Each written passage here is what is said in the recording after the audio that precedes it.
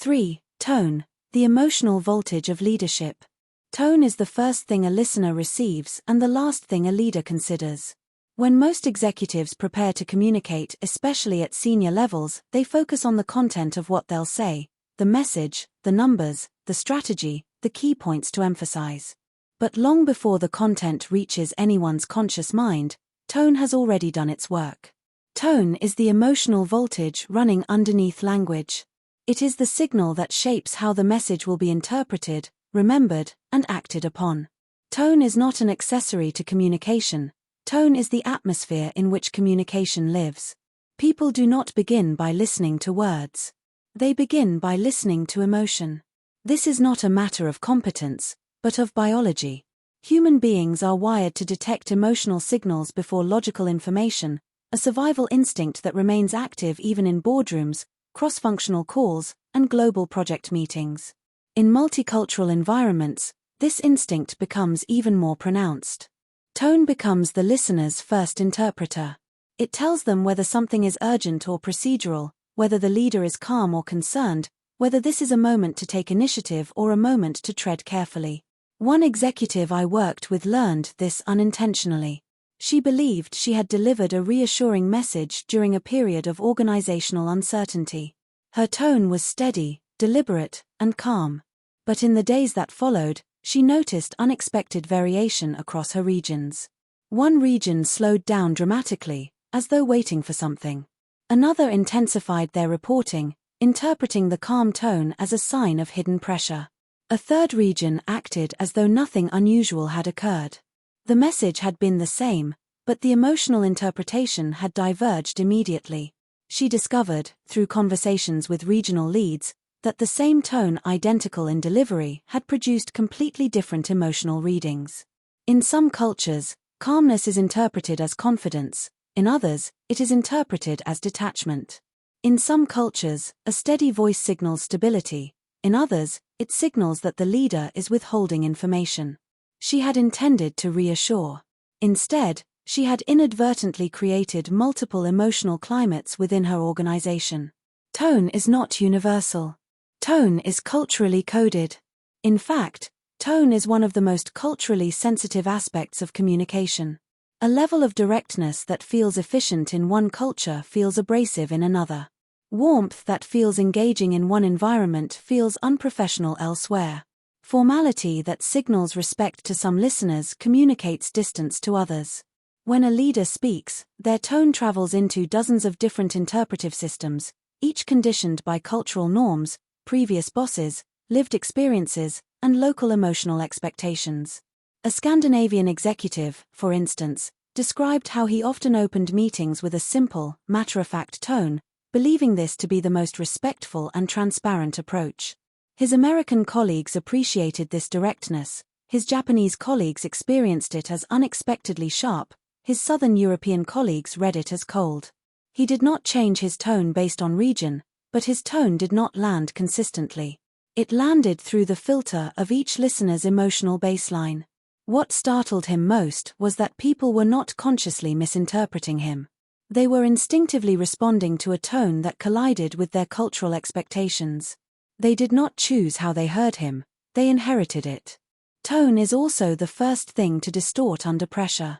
A leader who speaks with slightly elevated urgency often finds that the urgency is amplified as it travels through the organization. A brief pause in a sentence, nothing more, can be interpreted as hesitation. A shorter than usual email can be read as displeasure. A clipped greeting can be read as frustration. Under stress, tone becomes magnified, and the interpretations multiply. People who normally pick up on nuance become hyper-attuned to it. People who normally overlook tone become alert to it. Tone becomes the organization's emotional barometer, whether the leader realizes it or not. One global supply chain director discovered this during a fast-moving disruption.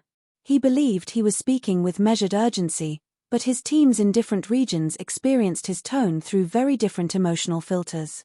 Some accelerated immediately, taking his tone as a signal to act decisively.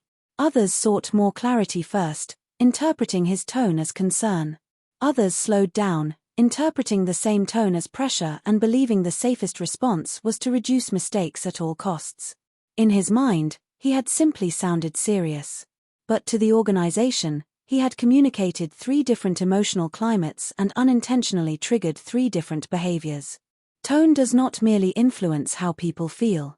Tone shapes how they behave. This is perhaps the most critical truth for global leaders to understand. Behavior does not begin with instruction. Behavior begins with interpretation of tone. If tone lands as pressure, people become cautious. If it lands as urgency, they shift into reactive mode.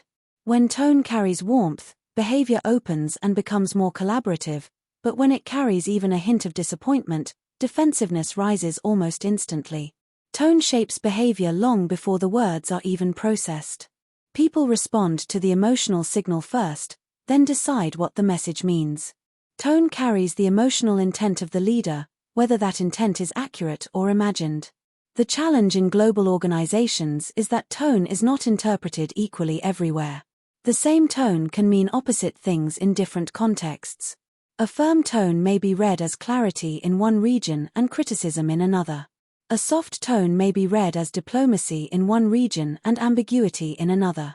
Even silence has tonal qualities. Silence can feel respectful, uncomfortable, deferential, tense, or reflective depending on cultural expectations. Leaders often underestimate this, assuming silence simply means nothing. But silence always communicates something, it is just not always clear what. What complicates matters even further is that leaders rarely hear their own tone the way others hear it. A leader's internal state often colors their perception of how they sound. A leader who feels calm believes they sound calm. A leader managing stress may feel they sound composed even when tension leaks into their voice.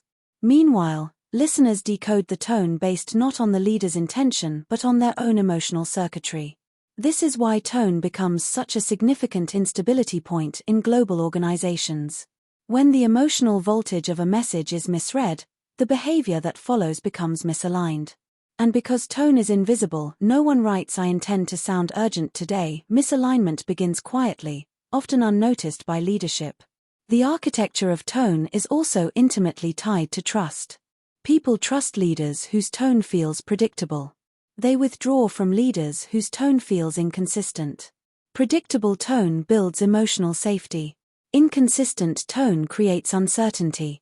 When leaders fluctuate between firmness and warmth unexpectedly, or when their tone varies dramatically between meetings, different regions form entirely different emotional narratives about the leader's state of mind.